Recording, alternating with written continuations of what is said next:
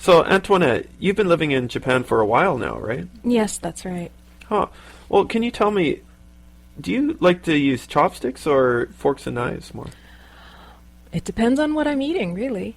For the most part, I enjoy using chopsticks. They are easy to use. I don't have to worry about cutting anything, and especially if I'm eating Japanese food, which tends to be chopped in small pieces, small bite-sized pieces, chopsticks are perfect.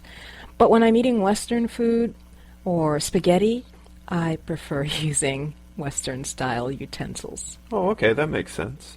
What about sleeping? Do you like to sleep on like a Western bed or a Japanese futon? Actually, it depends on the season. Why is that? In summer, I prefer sleeping on a futon. It seems cooler than a bed. But in winter, I love a cozy, plush bed with lots of pillows and quilts or duvets, and yeah, I Well, like to feel that cozy. sounds nice. Okay. How about having shoes on or off in the house?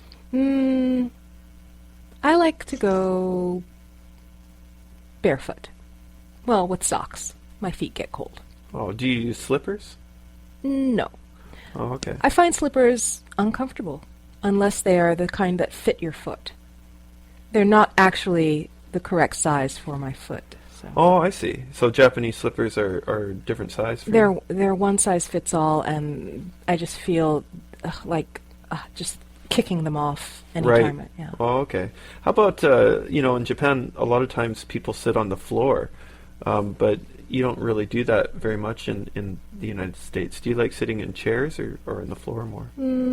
I like both actually. Again, it depends on the season. The floor is so nice and cool in summer, and I like just feeling that coolness. But in winter, I want fabric underneath me, and I want cushions. That tends to act provide a barrier for cold wind. Right, right. Eating out is a little different too. I think in Japan you tend to share all the meals that you have, but maybe back home you usually just buy one meal. That's true. Maybe I'm a germ-phobic American. I don't know. I like eating my own food. I don't Oh, like to share.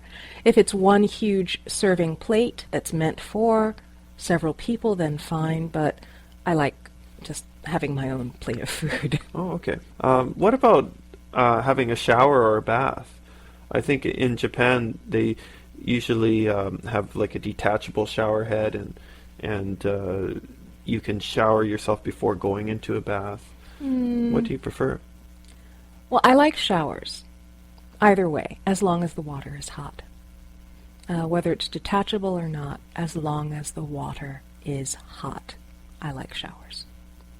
And I like having water run down my body. That's a pleasant feeling. So, but I also like sitting in a hot tub of water, but Well, not for too long.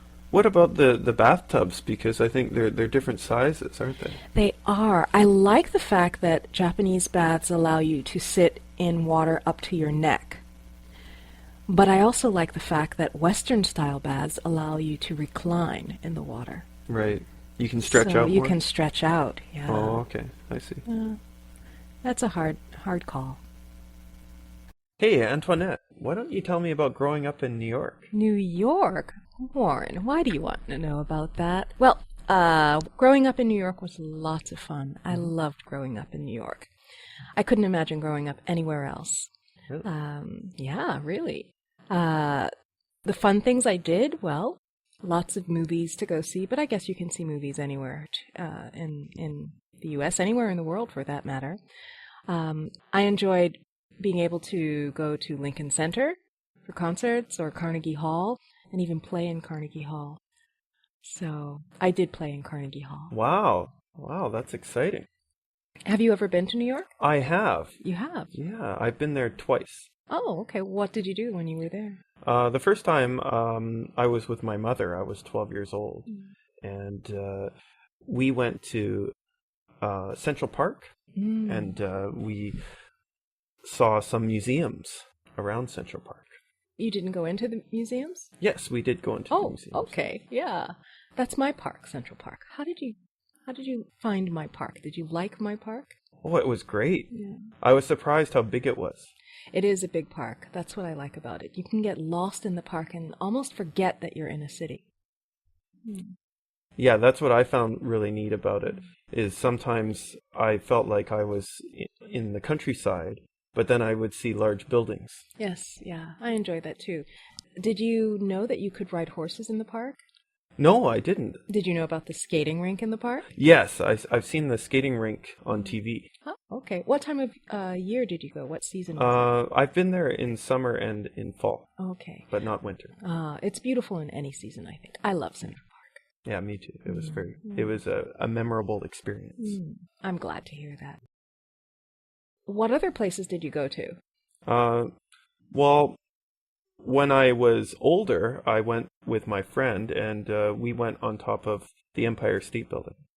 Okay. I'm not sure if they allow you to go up there now. That was around 2004, Okay. and we went. Were you able to look over the edge? I don't know if I was looking over the edge. I think it's inside, Okay. but you're at the top. Okay, so yeah, things have changed a bit since I was a little girl.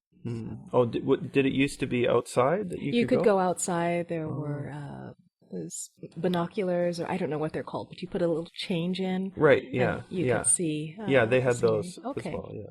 Yeah, we could see Central Park, Okay. and you could even see the Statue of Liberty from there. Oh, wow. I've been there. Yeah. Yeah. Actually, I never got to go. Both times I went to New York, we Yes. wanted to go to the Statue of Liberty, but we didn't have enough time. Oh, well, you should plan another trip.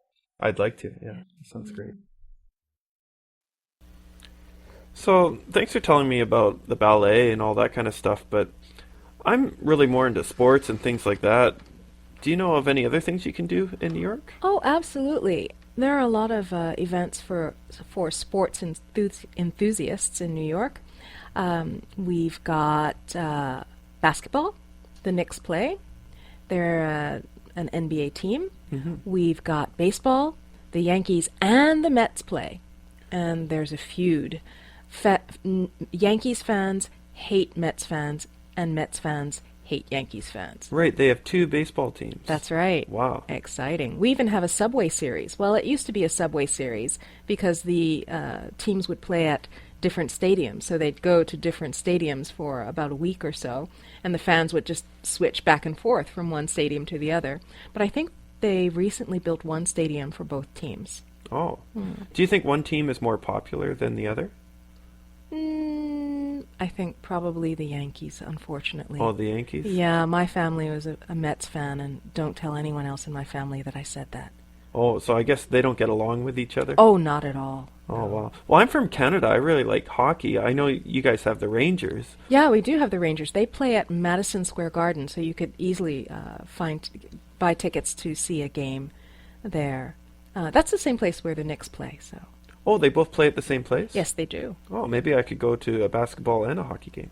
You probably could if you stayed long enough. I think they have different seasons, right? Oh, do they? Yeah. Madison Square Garden's pretty big, though, so maybe there's more than one arena. I'm not sure. I've only been there 2 or 3 times in my life. Oh, okay. Well, we also have the U.S. Open, if you like tennis. Right. Yeah, that's held in Queens, not in on Manhattan. Oh, okay. And what about the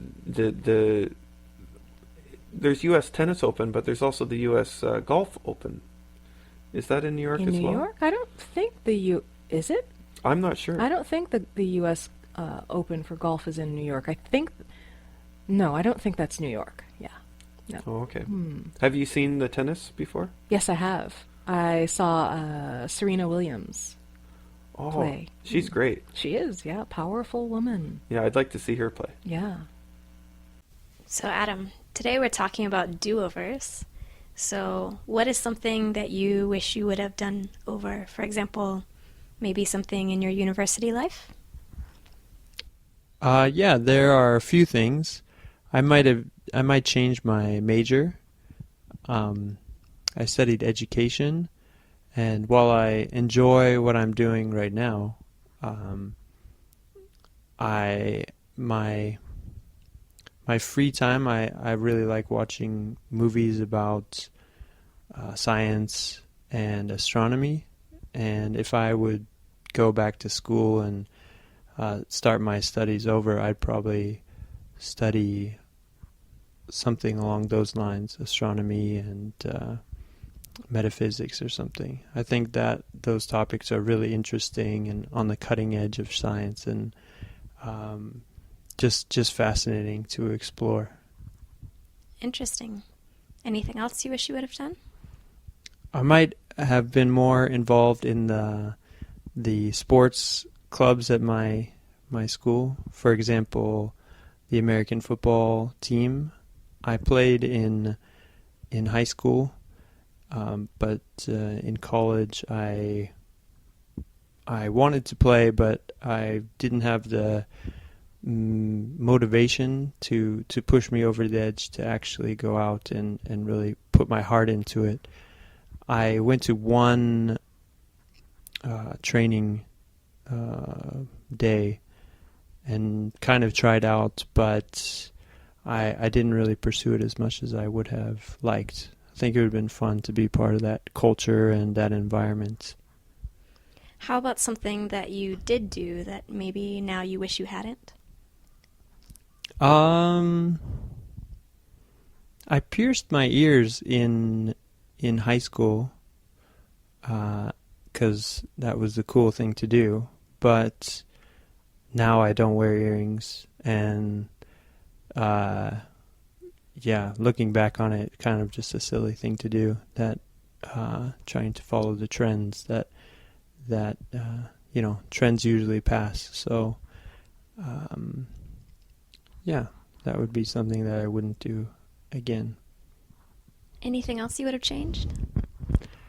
I might have made different decisions about my girlfriends at the time.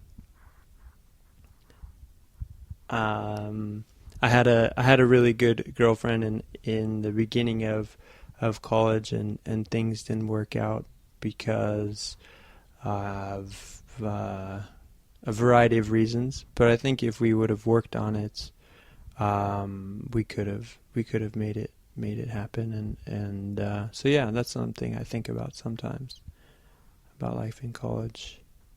It's always, college love is kind of crazy thing. So we're too much like kids, I guess, I think, at that age. Okay, thanks, Adam. Hi, Sarah. Hi. Today we're talking about do-overs. So if you had a time machine and you could go back to your college years, is there anything that you might change or do differently? I really wish that I would have had a chance to study abroad. I chose the wrong major initially. I was a nursing major for 2 years and worked really hard at a major I was really bad at. And then after 2 years, I switched schools and switched majors. And because of that, I had so many credits to take that I couldn't study abroad or do really any extra classes that were fun.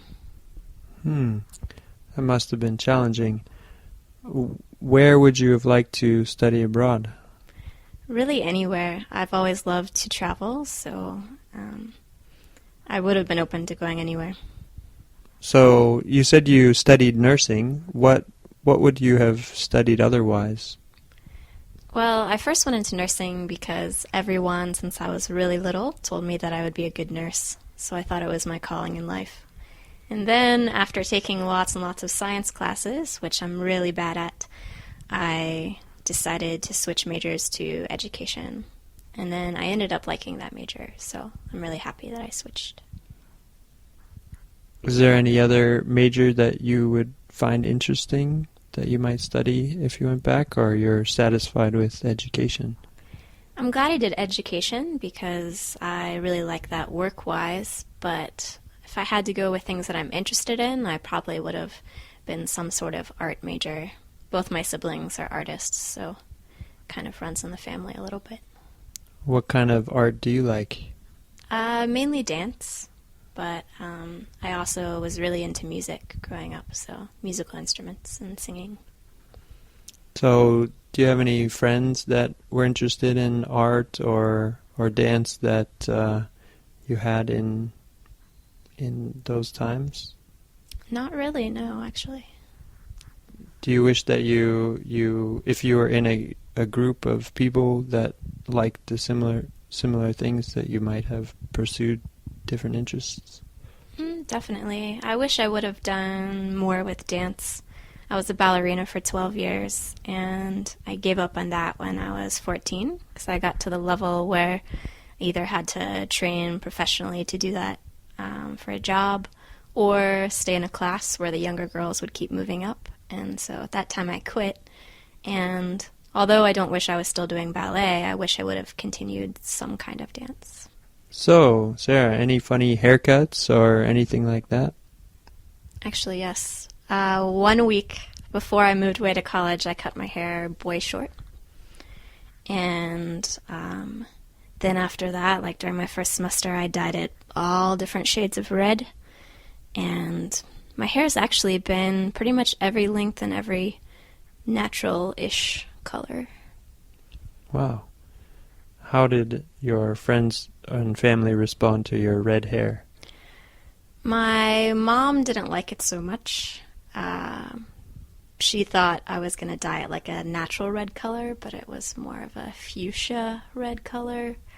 So she didn't like it very much. But my friends and like my siblings understood, because I've always been very different and didn't really care what other people thought about how I looked. How long did you like it? For a while, until I wanted change. I love change, so I'd always switch it to something else. Wow, that's great.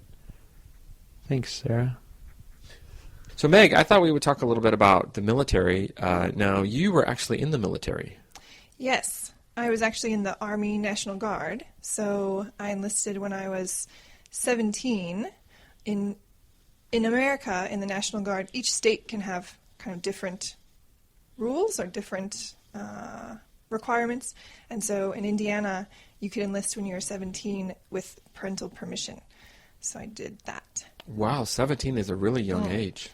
Yeah, and it sort of happened really quick. I mean, I was a junior in high school and got a call from a recruiter. And at first I was really against it, but then in Indiana, if you enlist and you serve your time, they'll pay your college tuition if you go to a state college. So Indiana has Purdue, and I was interested in going to Purdue anyway, so it seemed like a good idea. That's fantastic. So how long were you in the service? I was in for 6 years altogether. That was the minimum commitment.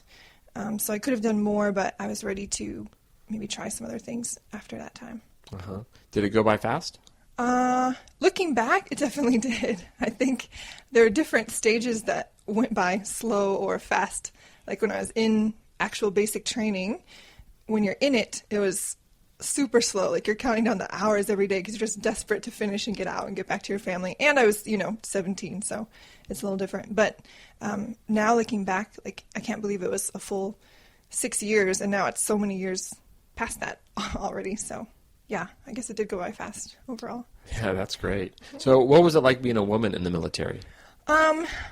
It was, well, I served in a unit. I was a medic, and so my unit, a medical unit, naturally has more women. The ratio is closer to 50-50 men and women, which isn't, at least at that time, wasn't. I don't know the current statistics, but it isn't that kind of ratio for the Army as a whole, or the military as a whole.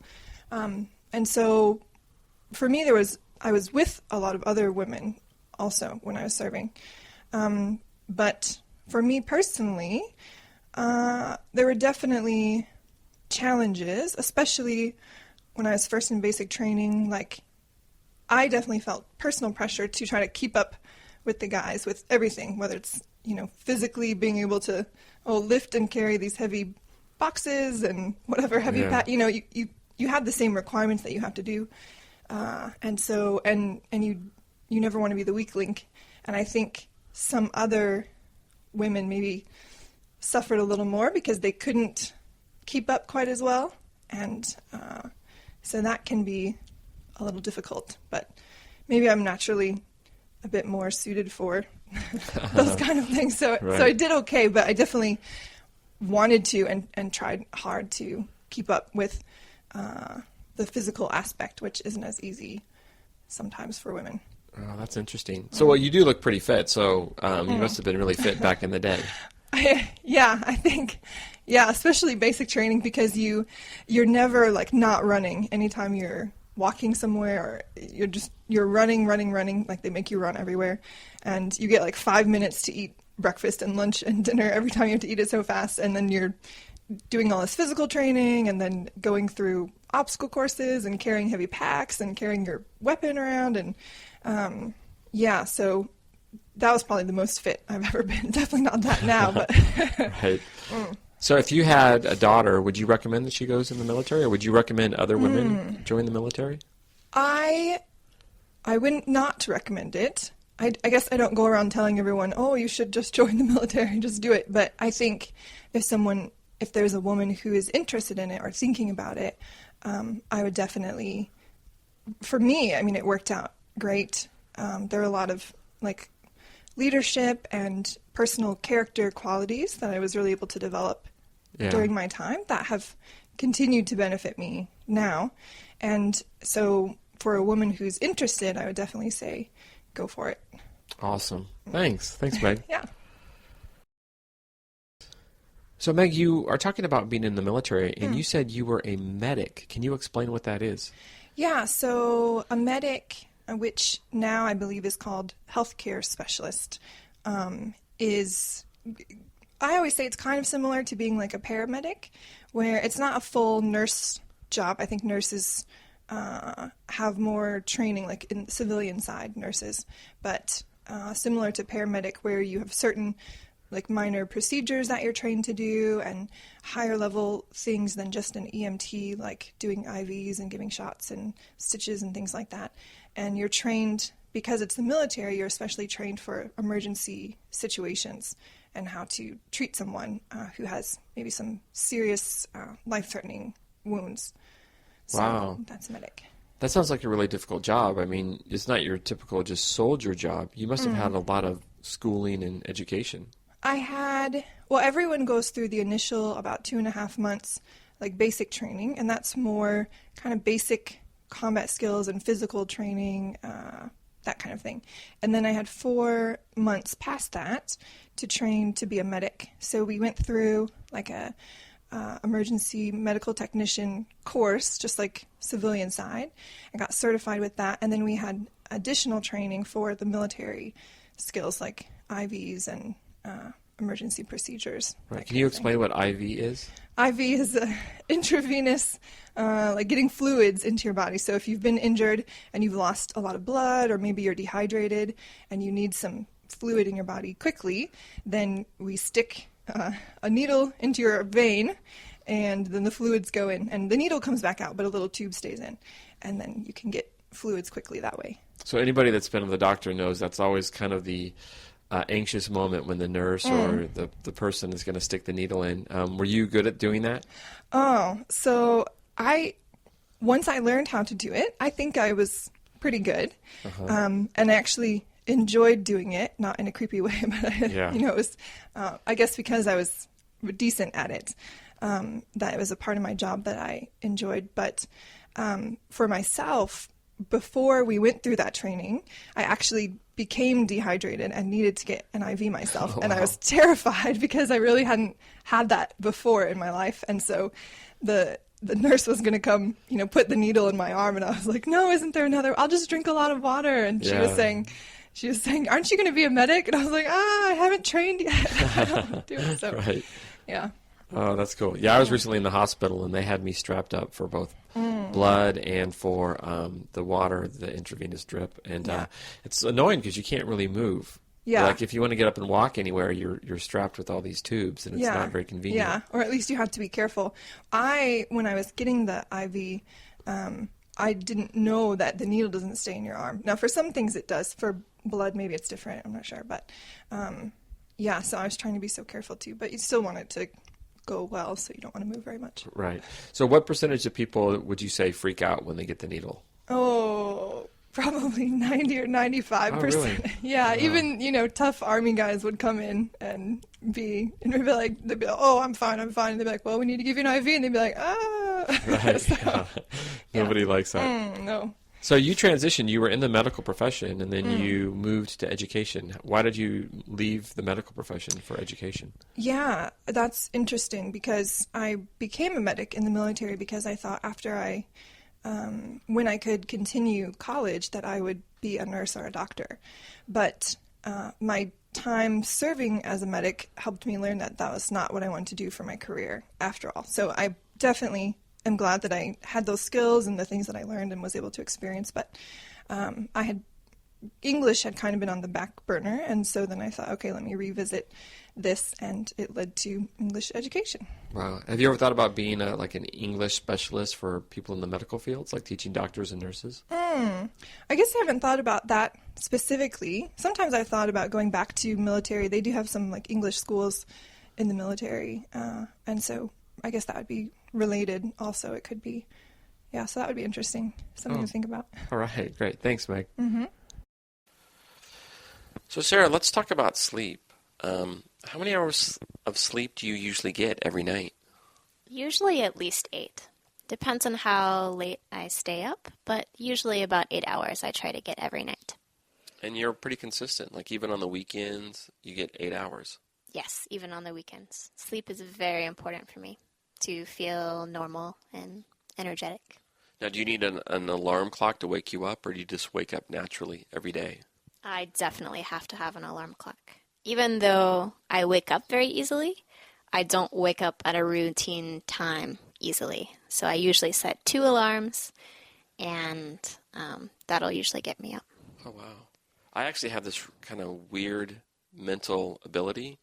I thought that everybody could do this, but I found out it's not the case. But I can wake up exactly at the minute I want, anytime. So if I have to get up at 5:43, before I go to bed, I can say, okay, get up at 5:43, and I'll wake up at 5:43 exactly. I don't know. That's amazing. Yeah, I don't know how. I guess your brain just can keep time. When I tell people this, sometimes they think, oh, come on, that's not true. But really, ever since I was a kid, I could just tell myself what time I want to wake up, and I'll wake up exactly at that time. That's really quite amazing. I wish it was that way for me, but it's not. Yeah, well, it's weird because I don't use alarm clocks, and I can't an alarm clock. The idea actually, I can't have a deep sleep if I know that it's going to ring and wake me up, it's going to jolt. To me, an alarm clock is like somebody throwing cold water on you. So I don't use alarm clocks at all. Yeah, I'm always paranoid about being late, so that's why I set 2, just in case one doesn't go off. But I can sleep any time of the day. It really doesn't matter what type of day. It's very easy for me to fall asleep for as long as whenever. So that's why I have to have an alarm clock, because I could sleep 12 or 14 hours and not wake up. Wow. That's you do like sleep. Yeah.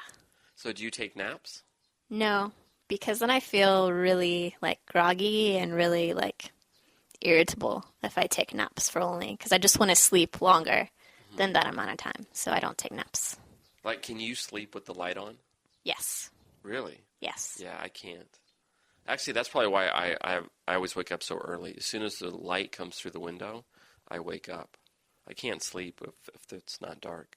I can sleep in any situation. Light, noise, sitting up, doesn't matter. I can sleep. Oh, wow. So you're a deep sleeper. Yeah.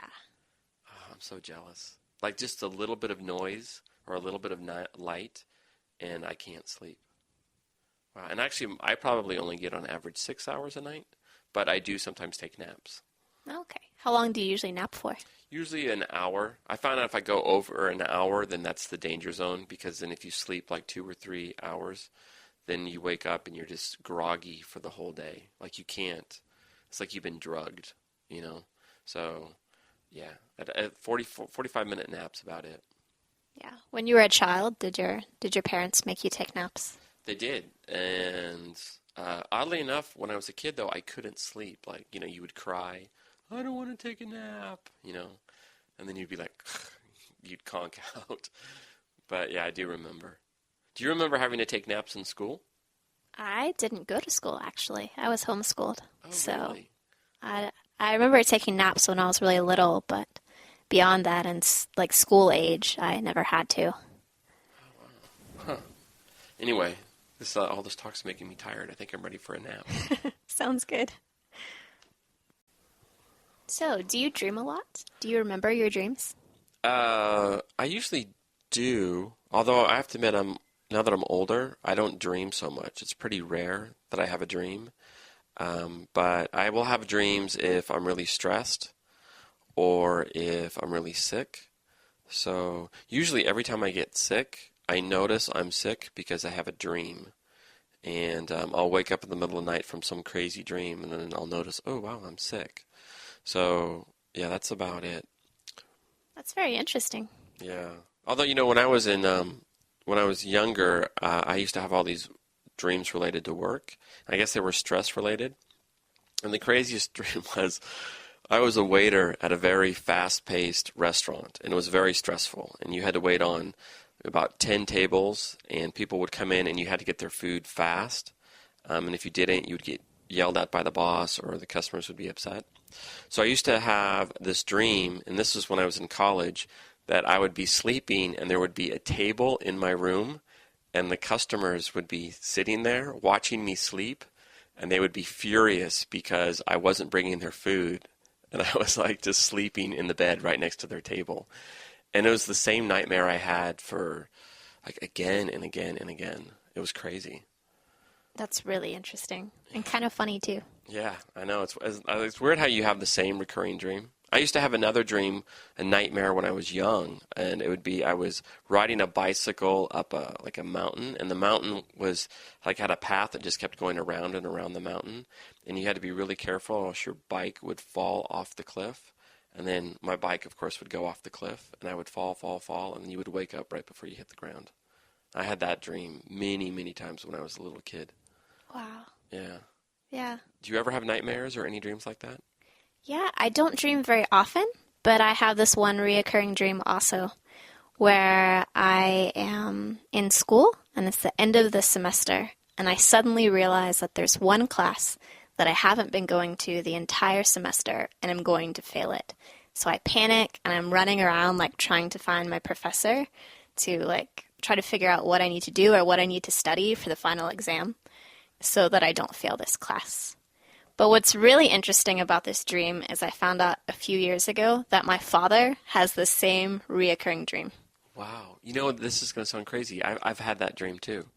I've had a dream of I registered for a course in college and I never went to the course and I'm going to get an F and I don't even remember when I registered or where the class is, but I didn't finish the class. Is that the same dream? Exact same dream. Wow. I wonder what it means. Me too. Maybe there's somebody out there that really knows what it means, and they're like, uh-oh, those two people are doomed. There must be a lot of people with this dream. Yeah, maybe that's it. There's certain structures. I know that the bike dream that I had about falling off the cliff, I've heard that many people have that. Yeah. Have you ever heard about the dream? I had it a couple times, the dream where you're in class, and then you suddenly notice that you don't have any clothes on, and you're afraid that people are going to notice you don't have any clothes on? No, I've never had that one. Yeah, that was one when I was really, really little, but yeah. Huh. I've heard that a lot of people have dreams about their teeth falling out, and that this means that they're afraid of losing something in their life. Really? Something that's really important to them. Oh wow! So if your teeth are falling out, you're going to lose something. Yeah. Wow. Or you're afraid of losing something, because most people, their teeth are really important to them. Yeah. Huh. Interesting. Well, I don't have any nightmares anymore. It's pretty rare. How about you? Yeah, same with me. Thank goodness. Yeah, maybe it's just a young thing. Maybe. So, Adam, we're talking about bucket list. So, things that you would like to do before you die. So, what's your number one thing on your bucket list? Ooh, difficult question. Number one, I'd probably have to say, skydiving, maybe. I've wanted to do it for a long time, and I went bungee jumping in New Zealand. That was fun, but I still have not yet been skydiving, and jumping out of a plane just sounds like an awesome idea to me. What other kind of adventure sports have you done? This summer I was What did I do? Sandboarding in Peru. That was fun. When I was younger, I did a lot of snowboarding and skateboarding. And yeah, I really enjoy extreme sports. I ride a motorcycle currently. If I could, I'd love to race cars professionally, although I don't know how good I'd be at it, but just looks like so much fun. Yeah, well, it's never too late to start something you want to do, so you should add that to your bucket list. So tell me, what else is on your bucket list? I really want to write a book, be the author of a novel. I'm always in the process of writing something down, but it never seems to come to a complete book type end result. But maybe eventually all of these little things that I've written down will come into a book form, and I can publish it and complete my goal. What kind of things do you write? Like what kind of genre, or is it kind of all the same, or do you write many different styles? I write a lot of different things. One thing that I write is travel stories from my travels abroad, or anecdotes that I come across when I'm traveling. Recently, I've been writing jokes. I really enjoy watching stand-up comedy, and have got kind of inspired from them to write some stuff down, although I've never really presented it. And I also write, I guess, fantasy stories as well. I have a few short stories, but it's been difficult for me to try to put them into book, like a longer version of them. The details are tricky to write down. Wow, that's really interesting. Hopefully one day we'll be able to read a book written by you. Yeah, that'd be great. Yeah. So tell me, what else is on your list?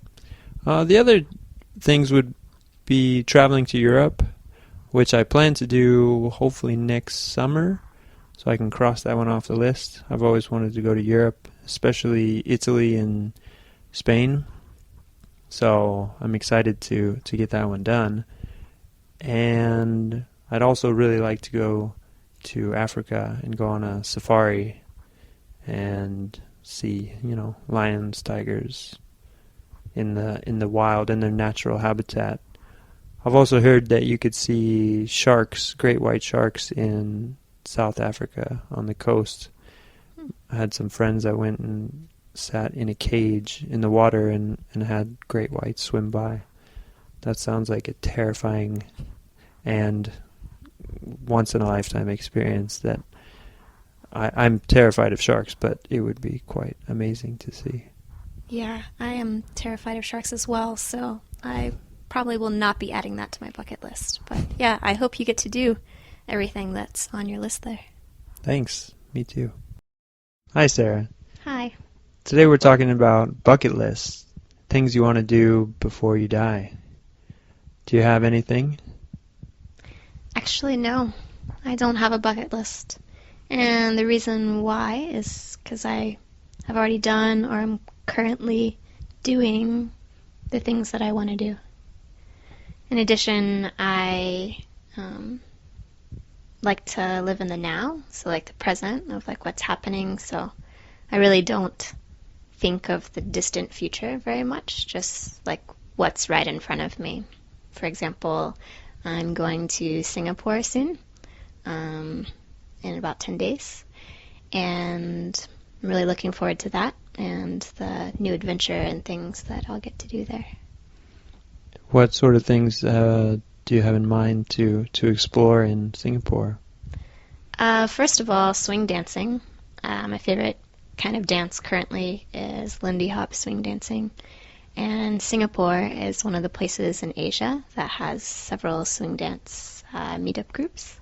So I look forward to dancing several of the nights while I'm there, but also trying all of the delicious food and just exploring a country that I've never been to.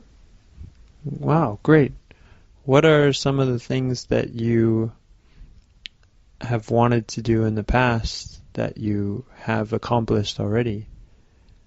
I think living in foreign countries. I've already lived in 2 foreign countries, and I plan on living in foreign countries probably the rest of my life. So that's a big one. And I think just everyday things like finishing college and getting 2 master's degrees and being able to support myself. It's all things that are important to me. Yeah, those are really great things. What are your 2 degrees in? My first degree is in teaching English to speakers of other languages. This degree allows me to be able to live in other countries and to teach English. And then my other degree is in global studies, so it's like an intercultural degree where I learned about different cultures and religions. Whoa, that's really great. Have you ever eaten anything exotic or had any really interesting experiences that most people might not have had when you're traveling to these different places and fulfilling your goals? I've definitely eaten a lot of different things, most of which I'm not really sure what a lot of it was. The strangest, probably jellyfish, maybe. I've also gotten a chance to ride a lot of different animals. I've ridden camel, donkey, horse, elephant, and even an ostrich. So that's pretty exciting. Yeah, that's really interesting. Have you done any other extreme activities? Yeah, I've been skydiving before. I've been volcano boarding. Trying to think what else I've done. I haven't been bungee jumping. I think that's probably one of the only ones that I haven't done as of right now. But I really have no desire to do that one. So. Wow, that's great. You've lived a good life. Hi. So, Rory. Yeah, hi. Hi. Are you an introvert or an extrovert? I'm not sure, you know. Sometimes I think that I'm basically an introvert. Yes. Like, as I get older, I much prefer my own company. Interesting. I don't really like going to parties that much if there's going to be new people there. Mm-hmm. If it's my friends, I'm happy to go out, but I don't know. What about you? It's funny what you said. I feel the same way. I think sometimes I'm an introvert, and at other times I can be an extrovert. But maybe in reverse to what you said, I feel like the older I get, the more extroverted I become. That's interesting. While I was younger, I was a lot shyer, so I preferred my own company. But now I find that sometimes too, I really enjoy people, so I like to meet new ones. Yeah. So, yeah. In the classroom, as a teacher, I'm quite an extrovert, I think. I quite like being up in front of students, showing off. But I would never do that in front of other teachers or my friends. Interesting. In my personal life. But it's something about the classroom, maybe because it's my environment and I'm in control, that I feel more comfortable, like being more extroverted and showing off, camping up. I think it would be a little difficult to be introverted if you were a language teacher. I think it certainly helps to be extroverted or to act to be able to become more extroverted when you're in the classroom. Yeah. For sure, for sure. And have you ever done anything really extroverted? Like performed in public or? Before I used to sing actually, and I've sang in concerts. Right. And it's true, I think that's where my introverted self really comes out, because although I enjoy singing and I like the attention to a certain extent, but I get really nervous. Right. Really, really nervous when I'm in front of a large crowd. And sometimes I'm like, why am I doing this to myself? Why am I here? Yeah. But yeah, I don't do that so much anymore. And do you think people can change? Do you think people, because people seem to want to become more extroverted, it seems to be like society says extroverted people are successful people. It's true. Do you think people can change, or do you think people should try to change? I've heard of actually people saying that depending on the language, that people change with language. I've heard of some of my students saying that when they speak in a different language, their personality actually changes. Right. Where maybe in their own language they may be quieter, but when they speak the different language, they become a lot more extroverted. Right. It's as if they change. So whether or not it's a real change, I think you can fake it, quote unquote, even if you're not an extrovert or an introvert. Maybe for a few hours or for the occasion, you can pretend and then go back.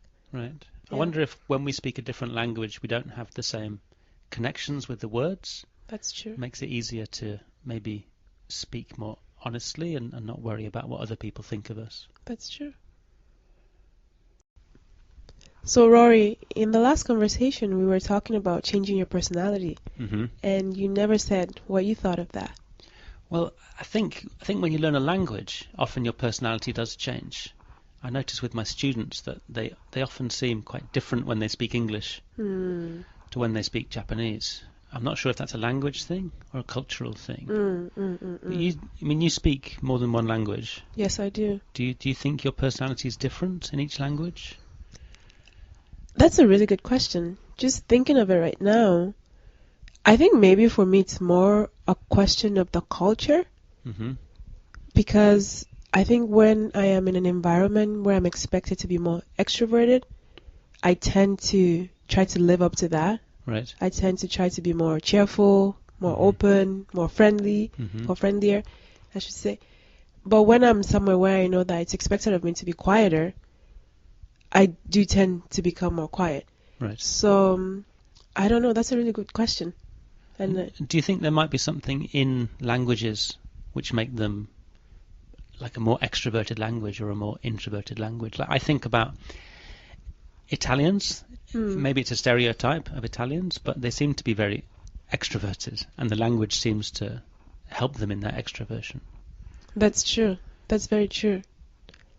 That's a good question, because I'm just trying to think of culture and languages in general, and there's that debate of how cultures and languages are intertwined. Is it the culture that came first, or is it the language that made the culture the way it is? So I don't know. I really don't know. But I would love to read more research and find out. Yeah, I mean, I noticed since I moved to Asia, to countries like Japan and Korea, the people do seem more introverted, and the language also seems more introverted. So I wonder if the language, like you say, I wonder which came first, the language or the culture. And I think, to add on to that, when I think of Asian students that I've noticed speaking English, which to some people is a more extroverted language, they always seem more confident. Yeah. They seem friendlier. They seem more open to talking about themselves, their family life.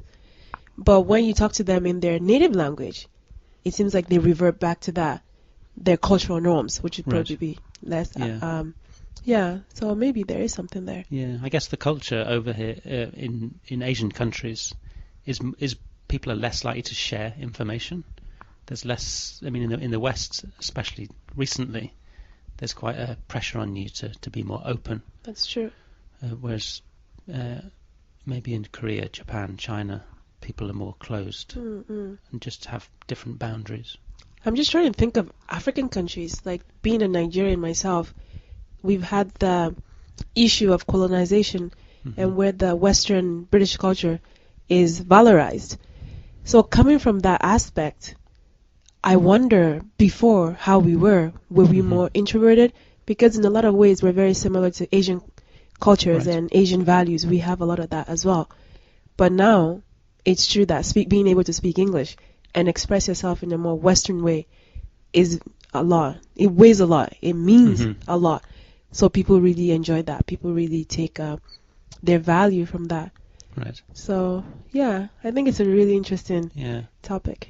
Because, people often see England or British people as a bit introverted and a bit quiet, a bit cold, and yet we share the same language as America, and people tend to think that people from North America are quite brash and extroverted. That's true. So I guess it is more cultural than language based. Yeah, maybe. Maybe we've come to a solution then. Okay. We found it. It is the culture more than the language then. Okay. Okay.